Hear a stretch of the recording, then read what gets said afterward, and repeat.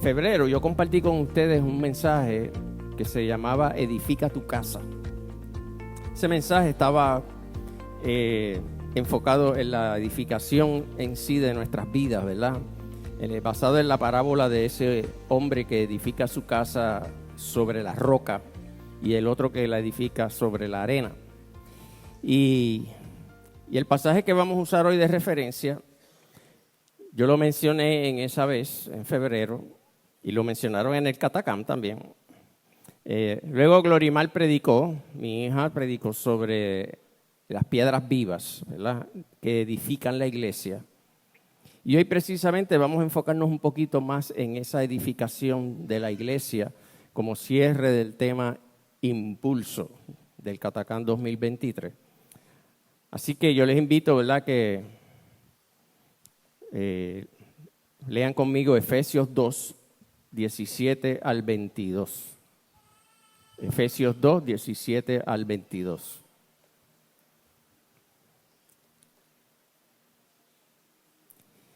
Y dice: y vino y anunció las buenas nuevas de paz a vosotros que estabais lejos y a los que estaban cerca, porque por medio de él los unos y los otros tenemos entrada por un mismo espíritu al Padre.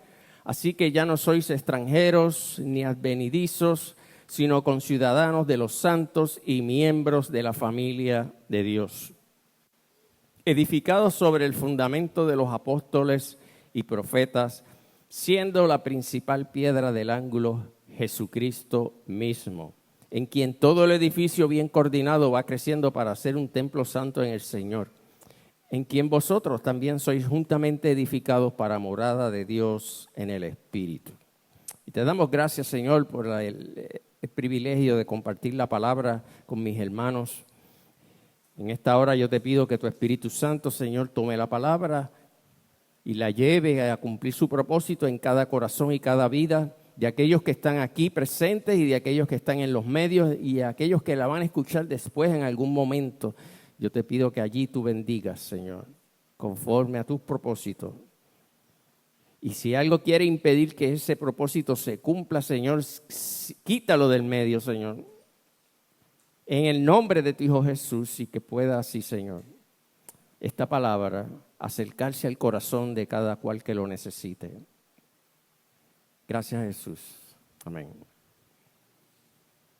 Es una bendición ser parte de la iglesia. Este fin de semana, si usted estuvo en el Catacam, de hecho, si usted no estuvo en el Catacam, no pudo estar, las plenarias las grabaron, ¿verdad? Y entonces después las van a subir al web del MSC y allí usted puede también escuchar las plenarias. No sé si grabaron los paneles, quizás grabaron los paneles, pero los paneles están...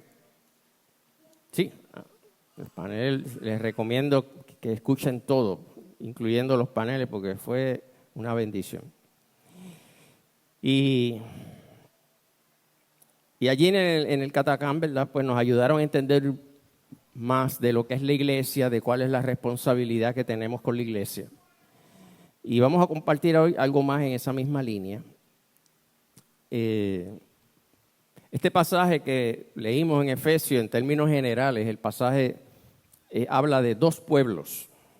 Y eso es bien importante que lo veamos ahora, porque de eso trata el mensaje.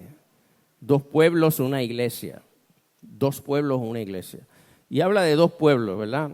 El que estaba lejos y el que estaba cerca. Y el que estaba cerca era el que se llamaba a sí mismo el pueblo de Dios, era la nación de Israel, el pueblo judío, el pueblo creyente en el Dios verdadero. Perdón.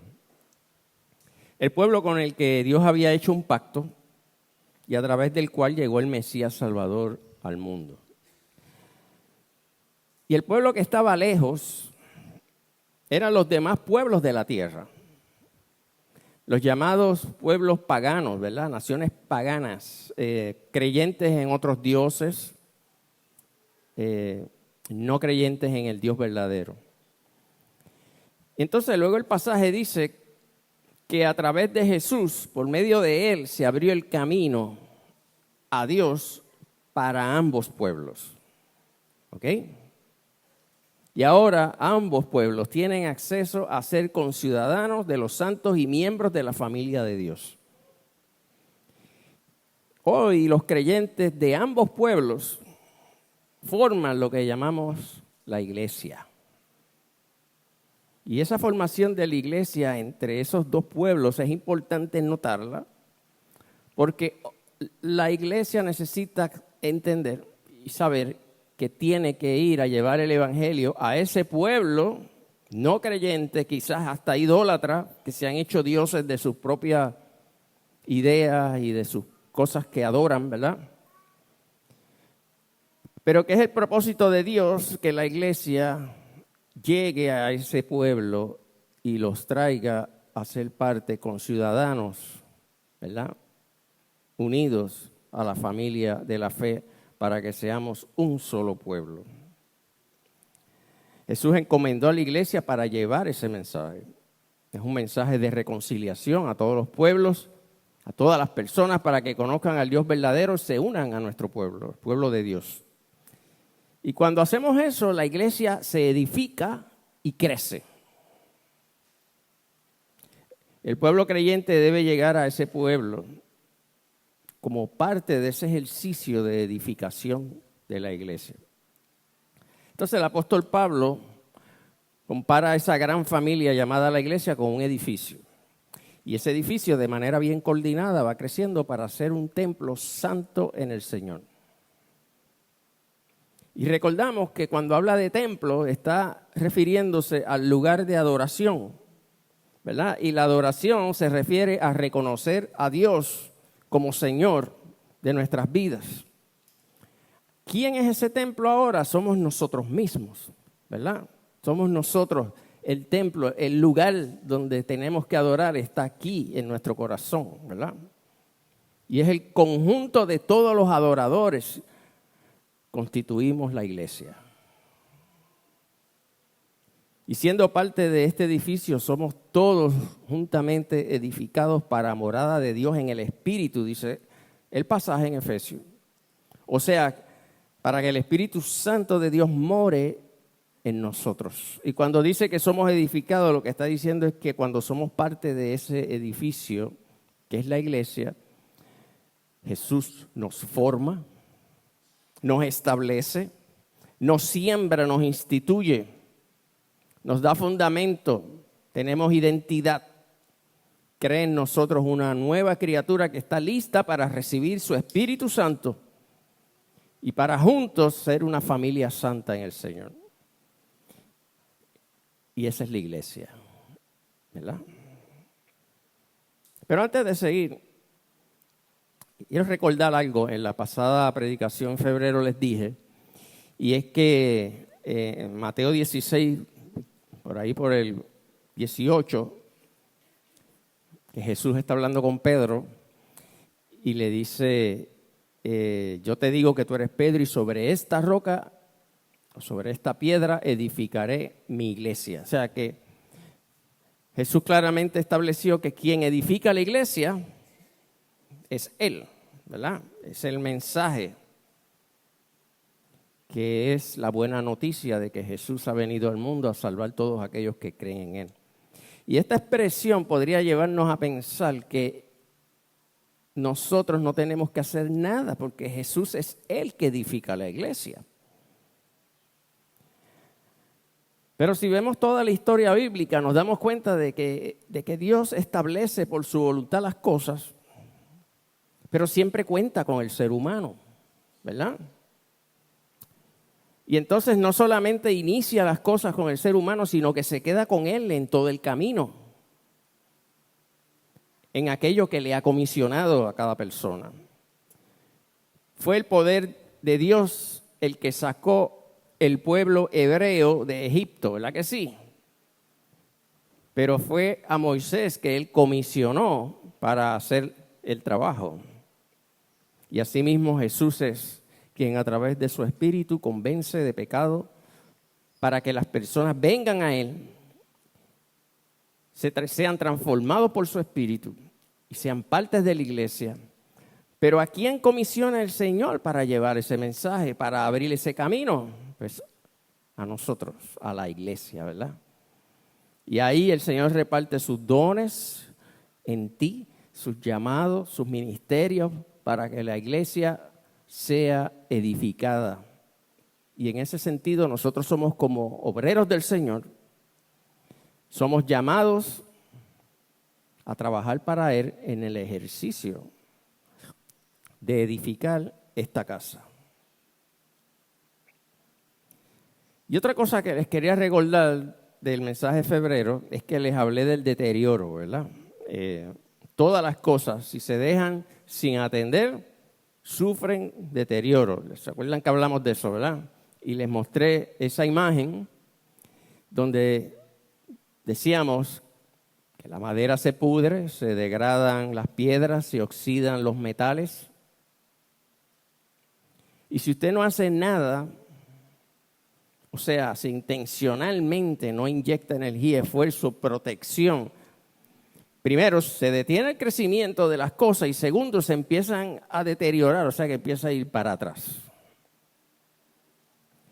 ¿Y por qué les hablo esto otra vez? Bueno, porque quiero contarles un poquito otra vez la historia, que en el Catacam hablaron algo de ella. De hecho, en 2 plenarias creo que hablaron de ella. Y es un mensaje que Dios puso en mi corazón hace tiempo, hace más de 10 años. Y lo he compartido con ustedes en otras ocasiones. Y hoy voy a dar un poquito de eso. Y es ese momento cuando el pueblo de Israel, el pueblo hebreo, está cautivo en Babilonia, cerca de 600 años antes de Cristo. Y la ciudad de Jerusalén, que era el centro de adoración del pueblo judío, estaba abandonada. ¿Ok? Con el tiempo se fue deteriorando, incluyendo sus muros, que fueron en un momento el símbolo de la fortaleza de esa ciudad.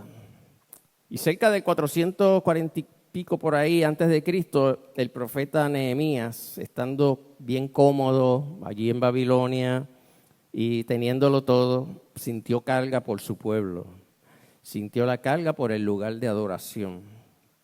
Y Nehemías 1 al 4 dice, las palabras de Nehemías, hijo de Acalías, sucedió en el mes de Kislev del año 20, estando yo en Susa, la capital, que Hanani, uno de mis hermanos, llegó de Judá con algunos hombres. Le pregunté por los judíos que habían escapado, que habían quedado de la cautividad y por Jerusalén. Y ellos me dijeron, el remanente, los que han quedado de la cautividad allí en la provincia, están en gran dificultad y afrenta. La muralla de Jerusalén está derribada y sus puertas quemadas a fuego. Cuando escuché estas palabras me senté, lloré e hice duelo por algunos días. Ayuné y oré delante del Dios de los cielos. Y en ese momento, Nehemías hizo suya la carga, como decíamos en el Catacam, y entonces convirtió su carga en visión y su visión en acción. Nehemías estuvo alrededor de 4 meses orando antes de hablar con el rey de Babilonia para pedirle que lo dejara ir a restaurar a Jerusalén, el lugar de adoración de su pueblo. Y así lo hizo, no considerando su propio riesgo, se lanzó por la carga que sentía en su corazón y fue a hablar con el rey Artajerjes. ¿Te han oído el rey Artajerjes en otro libro? Ese es el rey donde estaba Esther. Algunos piensan que Esther estaba al lado de Artajerjes cuando sucedió esto y de alguna manera también tuvo alguna intercesión por su pueblo, por Nehemías. Y entonces, en Nehemías 2, 11 al 15 dice, llegué pues a Jerusalén y después de estar allí 3 días me levanté de noche, yo y unos cuantos hombres conmigo, sin declarar a nadie lo que mi Dios había puesto en mi corazón que hiciese por Jerusalén. Y hay una parte de este pasaje que es importante, y es que ahí dice hiciese. Lo que Dios no solamente puso en su corazón como que es una carga, sino que le puso en su corazón algo para hacer. O sea, hay acción, hay carga, hay visión y hay acción. ¿Ok? Más que un plan, más que un mensaje, era algo que había que hacer. Y él no fue solo, fueron varios hombres con él y enfrentaron enemigos en el camino, gente que no creía en la visión de Nehemías. Y yo quisiera en esta mañana, en este tiempito que nos queda, comparar en alguna manera el estado de la nación nuestra, de nuestra sociedad, con el estado de Jerusalén en ese momento. Y algunos dirán que eso no es una buena comparación porque Jerusalén era el lugar de adoración, así que quizás podríamos compararlo mejor con la iglesia. Pero les recuerdo que en el pasaje de Efesios dice que de dos pueblos hizo uno, ¿verdad? De dos pueblos, del lejano y del cercano. Entonces, pensando en eso, quisiera hacer conciencia de cómo está ese pueblo lejano que el Señor quiere traer a ser el pueblo de Dios, ¿verdad? Cuán deteriorado está. Quisiera hacer conciencia de que es misión de la iglesia tomar carga por ese pueblo para que se acerquen al Dios verdadero y podamos ver gente de ese pueblo lejano reconstruyendo sus vidas y uniéndose a esta casa, a esta familia que llamamos iglesia. Para que el lugar de adoración en sus vidas, o sea, su corazón, sea transformado, restaurado. Acuérdense que cuando leemos la historia de Jesús, vemos que, bueno, no solo la historia de Jesús, el pueblo hebreo como tal tenía una cierta resistencia total, bien fuerte hacia el pueblo pagano o hacia el pueblo gentil. Y pensar, por ejemplo, que Jesús fue a Samaria o cosas así, pues con gente que estaba mezclada, pues era algo que ellos no podían tolerar, ¿verdad? Y entonces nosotros no podemos ponernos en esa posición de que la iglesia es la que es y esa gente allá afuera son mis enemigos. Porque quizás los fariseos lo pensaban así, pensaban, esos pueblos son nuestros enemigos. Pero Jesús no los veía como simples enemigos. Él los veía como aquellos que podían ser salvos por su sacrificio. Un pueblo lejano y un pueblo cercano que unidos formaban la iglesia.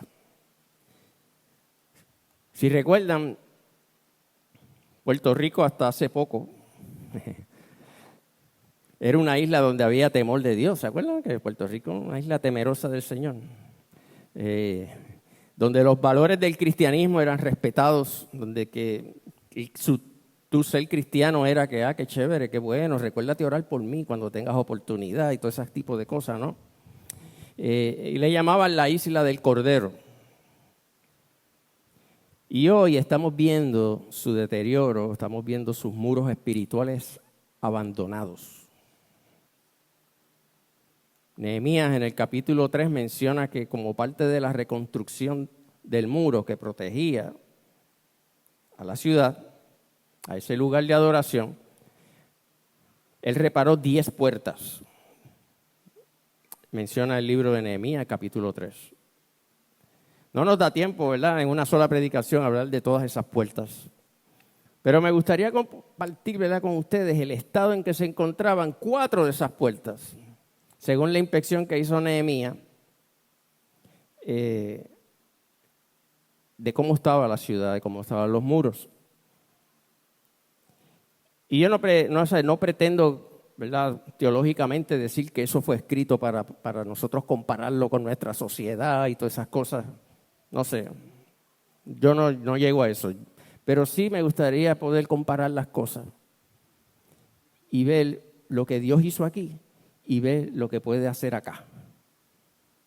Y vamos a ver que podemos ver resultados parecidos si nos esforzamos. Y entonces, la primera de las puertas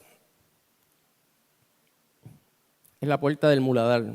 Imagínense a Nehemías saliendo de ese lugar de Babilonia, todo chévere, tranquilo, y ahora se dirige hacia esta ciudad en ruinas, pero él tiene la carga por esa ciudad y encuentra en los muros, ¿verdad? Según está inspeccionando para ver qué es lo que hay que hacer, cómo va a convertir su carga en una visión de trabajo y cómo va después a meterle mano a la visión y convertirla en acción. Y entonces encuentra la puerta del muladar, que literalmente es la puerta del estiércol, la basura, y no digo otra palabra porque sonaría muy feo. Es la puerta por donde se sacaban los desperdicios de los sacrificios del templo. Y estaba abandonada, estaba llena de basura, y eso implica que la gente de esa ciudad, porque allí todavía quedaba alguna gente, ya estaba acostumbrada a la basura. No les importaba la basura. No la sacaban ni siquiera afuera. La dejaban allí en las mismas puertas. Y la basura representa aquello que no nos es útil, aquello que no nos edifica, que no edifica, que al contrario contamina, porque la basura contamina. No aporta positivamente, sino al contrario negativamente. No nos alimenta, no nos nutre, sino que nos deteriora y de hecho nos puede enfermar. Hay un pueblo lejano que se está acostumbrando al deterioro. Nuestras ciudades se siguen deteriorando espiritualmente hablando. No hay espacio para Dios en nuestras ciudades. Y que conste que no hablo de personas particularmente, sino que hablo de espíritus y conductas que deterioran el bienestar de los seres humanos. Porque la Biblia nos los dice que no es una lucha contra sangre ni carne, sino que es una batalla espiritual. Imagínense que usted deje acumular basura en su casa y no haya nadie interesado en sacarla afuera. A lo mejor en su casa, si usted es casado, pues usted sabe que a los esposos le ponen apellidos, ¿verdad? Usted sabía eso, ¿verdad? Jorge la leche, Jorge la basura, Jorge el baño, Jorge. Esos son apellidos que uno va llevando en el matrimonio de cosas que uno tiene que ir haciendo, ¿verdad? Pero si a este esposo, si nadie en la casa le importa sacar la basura afuera, ¿cómo se deteriora el ambiente de su casa?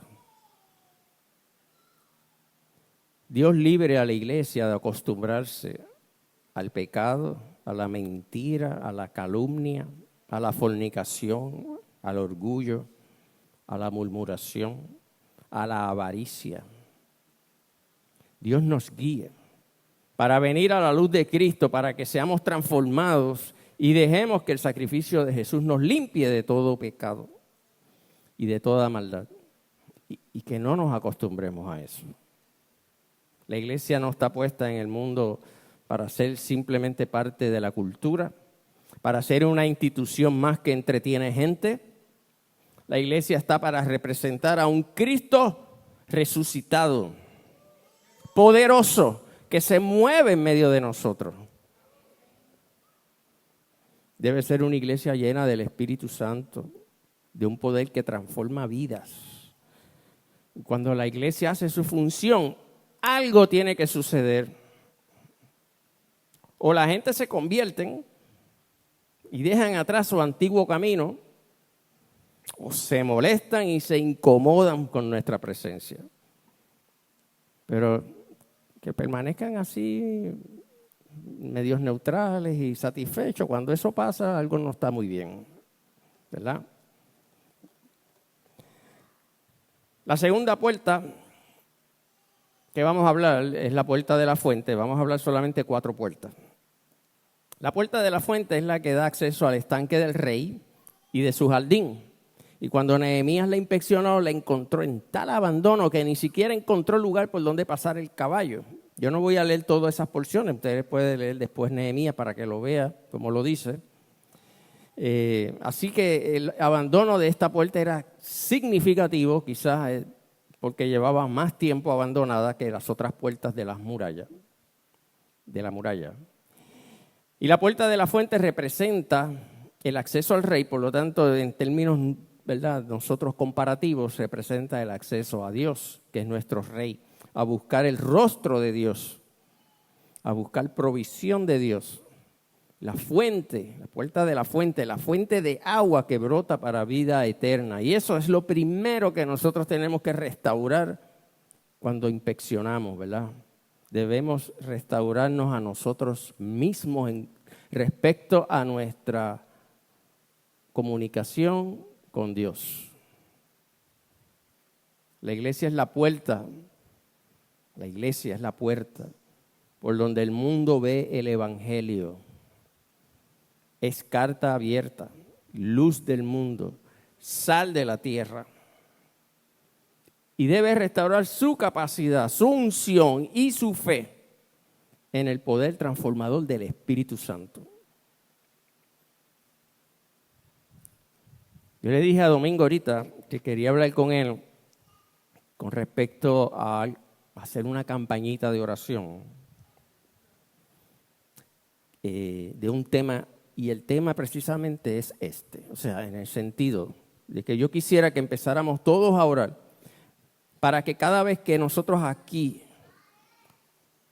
digamos quién quiere venir a los pies del Señor, quién quiere aceptar a Jesucristo, el Espíritu Santo se mueva de tal manera que toque el corazón, conmueva las rodillas que se tienen que doblar delante de Él, venga el llanto y venga el arrepentimiento y veamos el poder de Dios fluyendo entre nosotros.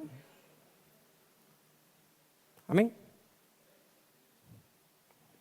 Pero eso requiere disciplina espiritual, ¿verdad? De la iglesia, requiere mantener la puerta abierta con el Señor, ese camino, esa unción.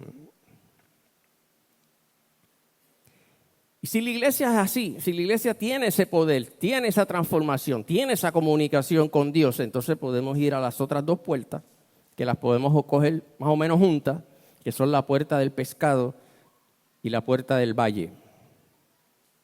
La puerta del pescado, la puerta del valle. La puerta del pescado era donde se vendía ¿qué? Pescado. Se vendía pescado. ¿Representa qué cosa? ¿A qué le viene a la mente el pescado? Cuando Jesús le dice a Pedro, ¿verdad? Mira, ahora está como los pescaditos de ahí, pero yo te voy a enseñar a pescar. De otra manera, ¿verdad? De otra manera. Mateo 4, 18 al 20. Habla sobre eso, si lo quieren leer después. Le dijo, mientras andaban junto al mar de Galilea, Jesús vio a dos hermanos, a Simón, que es llamado Pedro, y a su hermano Andrés, que estaban echando una red en el mar porque eran pescadores. Y les dijo, venid en pos de mí y os haré pescadores de hombres. Y de inmediato ellos dejaron sus redes y le siguieron, ¿verdad? Un paso necesario para la restauración de nuestras ciudades, de nuestra sociedad, es la acción de la evangelización. En Catacumbas sabemos eso, ¿verdad? Pero es una evangelización a todos los niveles. Como nos decía Charlie, las catacumbas siguen en la calle.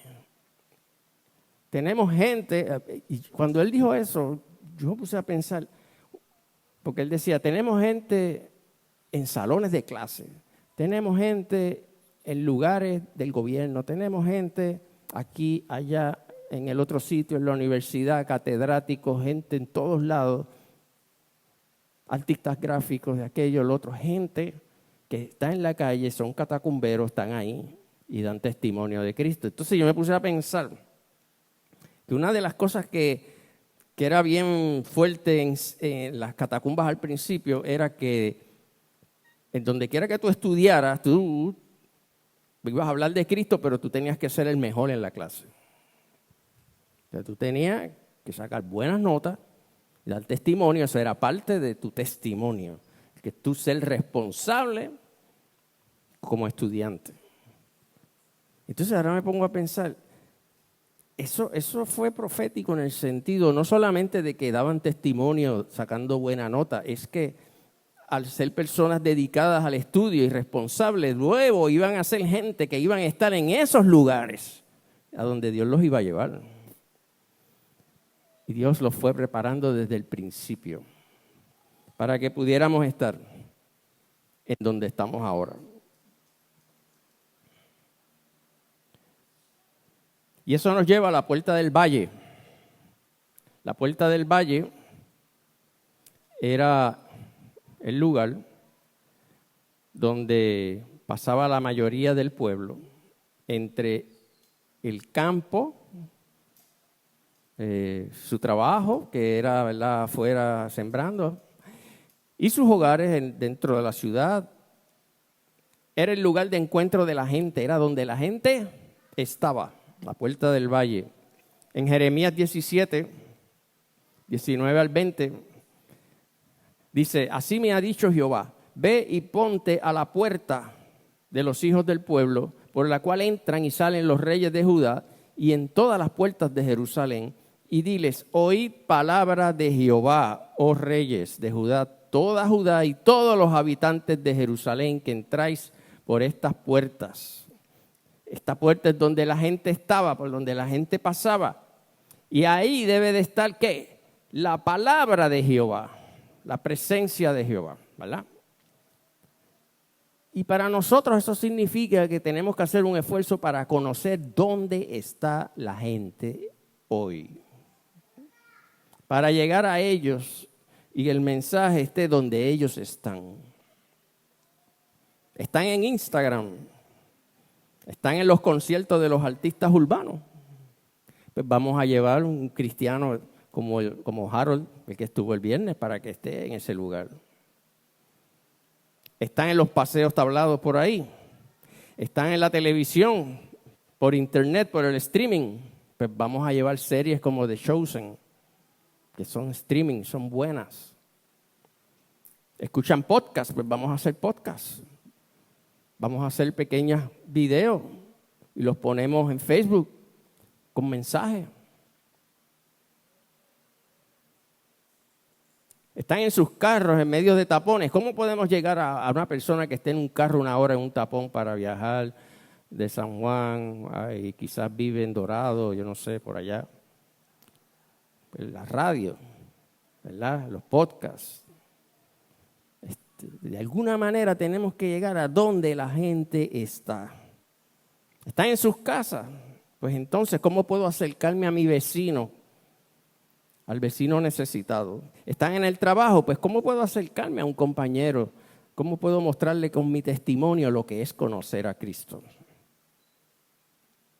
Dios nos da la inteligencia y la sabiduría para que la iglesia cumpla su misión de la manera más efectiva posible, porque Él quiere que pasen de muerte a vida. Él quiere restaurar la ciudad, quiere restaurar el lugar de adoración de aquellos que están perdidos. ¿Será que es a través de la amistad que vamos a llegar? ¿Será a través de la ayuda social, de las artes, de la oración, del testimonio, del discipulado, de nuestra presencia en el gobierno? Oremos al Señor que nos dé sabiduría y vamos a tomar impulso y hacer diferencia en nuestra ciudad. Y tú dirás, pero es que nosotros, ¿cuántos somos aquí? 100, 110 personas, o sea, en Puerto Rico de 1 millón y pico. Pero la iglesia del Señor no son 100 aquí, ¿verdad? Hay una iglesia de Dios en Puerto Rico que si trabaja juntas, empezando por las mismas catacumbas, empezando por nuestros niños, nuestros jóvenes, podemos hacer una diferencia en nuestra isla y podemos hacer una diferencia en la sociedad que está abandonada espiritualmente. Y yo sé que muchos de ustedes ya lo están haciendo. Por eso lo puedo predicar aquí, porque no es una cosa fantasía. Porque mucha gente aquí puede pararse aquí y dar testimonio de cómo lo está haciendo. Y para ir concluyendo, ¿verdad? He compartido estas cosas, ¿verdad? Sobre la iglesia. Pero ¿quién es la iglesia? En las pasadas predicaciones hicimos énfasis en que Jesús es la piedra angular y fundamental para la edificación de la iglesia. Y también mencionamos que nosotros somos piedras vivas, que junto a esa piedra angular formamos este edificio que se llama la iglesia. Es nuestra responsabilidad trabajar para edificar la casa, para restaurar la ciudad. El Señor ha levantado la iglesia y luego nos ha comisionado para que ésta cumpla su misión, para que llevemos el evangelio al pueblo lejano, para que vengan al Señor y formemos una sola casa. Así que no podemos seguir viendo la iglesia de esta manera. Vamos a hacer algo aquí, una dinámica. Necesito a alguien que haga de Dios. Eso no está fácil. No está fácil que alguien haga de Dios. No se preocupe, el Señor no le va a tirar un rayo y lo va a partir por medio. Es algo simbólico solamente. Alguien que tenga barba y todo eso, ¿verdad? Tú vas a ser de Dios. Ok. Bien. Willy no está aquí, Willy, ven acá.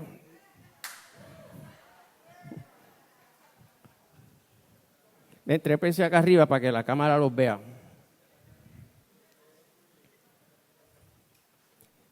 Necesito una silla, vengo ahora. Se me pegó eso del pastor de la silla. ¿Se acuerdan? Miren, este es Dios, ¿ok? Este es el pastor. Y entonces ellos están juntos. Y Dios le está mostrando al pastor visión, trabajo, cosas, y el pastor tiene la responsabilidad de dirigir la iglesia y llevarla en este camino que estamos hablando para reconstruir la ciudad que está perdida. ¿Y quién soy yo? Yo estoy aquí sentado viendo lo que Dios está haciendo con el pastor y con la iglesia y diciendo, déjame ver si lo están haciendo bien. Déjame ver, ¿verdad? Si de verdad pueden satisfacer mis necesidades. Déjame ver si lo que dice la Biblia se cumple en ello. Déjame ver cómo Dios trabaja con esta gente. Yo no puedo hacer eso. Yo tengo que unirme aquí con ellos. Decirle, Dios, pastor, yo estoy con ustedes. ¿Qué yo puedo hacer para que la ciudad que está destruida sea sana?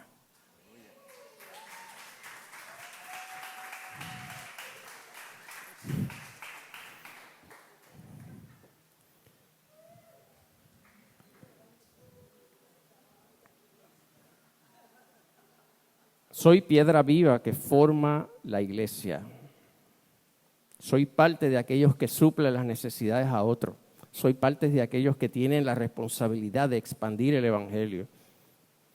Para que la iglesia sea edificada, crezca. Soy parte de aquellos que reciben los dones y las habilidades y los ponen a funcionar para beneficio de la iglesia y del necesitado. Y cada uno donde Dios lo pone, porque no todos hacemos lo mismo.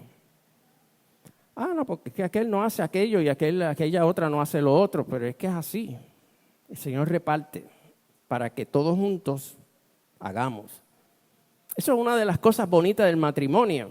Usted tiene una persona como Goyin, que es explosiva, que trabaja a base de presión, que ella trabaja a base de que, ella mira la hora que es y todavía estoy aquí. Y ahí es que ella se embolla más y lo hace mejor. Y tiene otro como yo, que si llega ese momento donde llega la hora y no estoy listo, me friso. Y cuando hay una emergencia, ella actúa y yo pienso. Diferentes. ¿Y cómo usamos esas diferencias? ¿Para pelearnos, para competir o para complementarnos? ¿Ve? Y esa es la iglesia. La iglesia se complementa aunque somos diferentes. ¿Ok? Si yo, podemos poner ahí nuestro nombre, fulano de tal. Si yo fulano de tal, tú puedes poner tu nombre ahí. Si yo fulano de tal trabajo, la iglesia trabaja. Si yo fulano de tal evangelizo, la iglesia evangeliza. Si yo fulano de tal oro, tengo una vida de oración, la iglesia tiene una vida de oración. Si yo fulano de tal ayudo a otras personas que están en necesidad en el momento difícil, la iglesia está ayudando a personas en el momento de necesidad, en el tiempo difícil. Si yo busco la presencia de Dios, la iglesia es una iglesia que busca la presencia de Dios. ¿Por qué? Porque yo soy la iglesia. No es el pastor solamente, no son los programas, las actividades, el edificio, la adoración, los equipos. La iglesia somos todos los que hemos creído en su nombre y somos parte del proceso que la lleva a crecer y a ser edificada y a cumplir su propósito como un organismo saludable, cumpliendo la comisión de Jesús. Hay una ciudad en ruinas allá afuera. Necesitamos tomar carga por esa ciudad y hablarles de la esperanza en Cristo. Muéstrales a Cristo. Hay que hablar con el pueblo que está lejos. Enseñarles que hay una iglesia que les puede ayudar. Invitarles para que estén con nosotros aquí. Invítales que estén un domingo con nosotros. ¿Qué te pueden decir? ¿Que no? Bueno, sigue tratando y sigue tratando. Yo me acuerdo del caso de aquel hermano de Catacumba de San Juan que estuvo aquí. Alexis, que su esposa estuvo orando por él 13 años. Y él que él no iba para la iglesia, que no iba para la iglesia, no iba para la iglesia. 13 años, a los 13 años fue a la iglesia y se convirtió al Señor. Entonces uno no puede darse por vencido. Tenemos que seguir orando, invitando a la gente. La gente a veces tiene necesidad de orar porque tienen dificultades, pues invítalo a una rueda de oración. Los miércoles o en una célula donde pueda conocer a otra gente más cercana y orar por una necesidad, donde puedan aprender de la Biblia juntos. Tenemos que movernos porque hay una ciudad en ruinas y cada cual, según aquello que Dios ha puesto en su corazón y la habilidad y el don que tiene, lo va a hacer, porque todos somos parte, ¿verdad? Algunos ponen las cámaras, otros tocan el piano o tocan la batería, otros están allá afuera en diferentes lugares y trabajos dando testimonio de Cristo, otros están ayudando al necesitado, buscándonos el espacio donde estar como catacumberos para bendecir esta ciudad. Y pensemos, mis hermanos, que cuando hablamos que la ciudad está en ruinas, no son muros, no son edificios, ni siquiera son sistemas. Ni siquiera es el gobierno, aunque el gobierno también está un poco en ruina, ¿verdad? Pero son gente. Hay gente en ruinas. Gente que en su exterior muestran saber dónde están. Y yo seguro que yo sé dónde estoy y sepa dónde voy también y todas esas cosas. Pero en su interior sabemos que están perdidos. Y no están seguros ni siquiera de quiénes son o de cómo encajan en este mundo. Y no saben a dónde ir.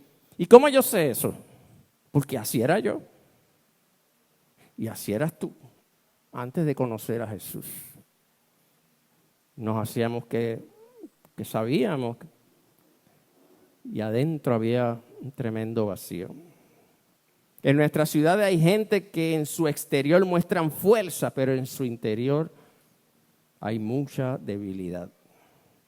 que en su exterior muestran conocimiento, pero en su interior hay mucha incertidumbre realmente y no lo expresan, no lo dicen. Que en su exterior muestran seguridad, pero en su interior hay muchas dudas, hay mucha confusión. No saben a quién creerle.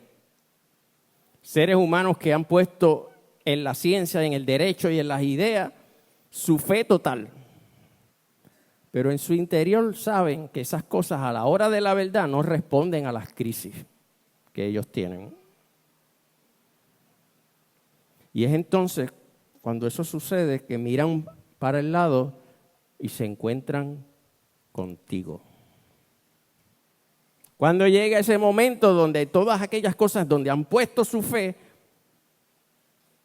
no le funcionan, entonces miran para el lado y ¿a quién ven? A ti. A aquella persona que le ha mostrado con su vida que en medio de las dificultades hay un Dios que sí responde, que fortalece al caído, que da paz en medio de la tormenta, que su poder todo lo puede hacer. Y por eso es importante que la iglesia esté ahí donde está la gente. Porque cuando llegue ese momento, gloria a Dios que tú estés ahí. Y puedas decirle, pero yo conozco a alguien que puede ayudarte. Y quizás te digan, sí, yo lo he visto. Y en ese momento empiezas a reconstruir una ciudad que está en ruina, una persona que está en ruina. Y empiezas a traerlo a la verdad del Evangelio, donde todo es posible. ¿Cómo le decía Lucas a Tiago?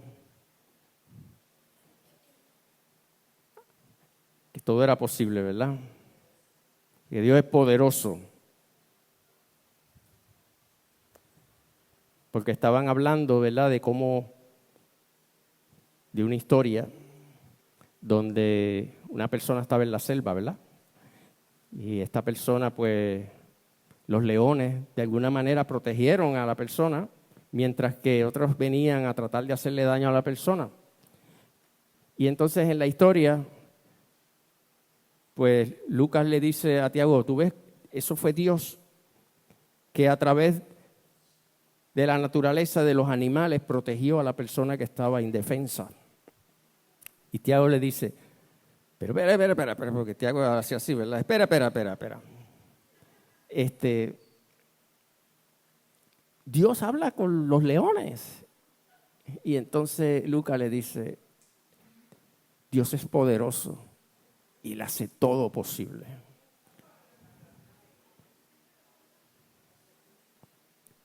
Abrió el mar, ¿verdad? Le dijo, es más, te puede convertir a ti en un león, un animal si quieres. Así le dijo a Tiago.